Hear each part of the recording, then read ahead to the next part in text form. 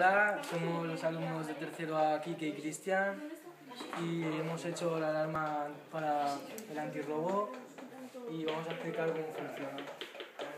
Lo primero es, se enciende el interruptor para conectar la alarma y se encenderá el LED verde para demostrar que no están robando. Entonces, cuando se abre la puerta, Suena la alarma y se enciende el LED rojo.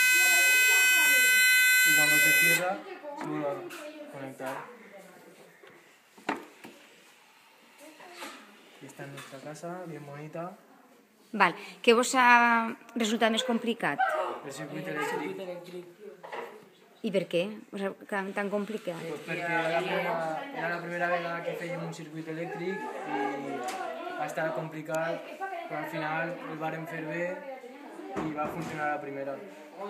Molt bé. Aleshores, recomaneu fer aquest projecte per a uns altres alumnes de tercer? Sí. Molt bé, moltes gràcies.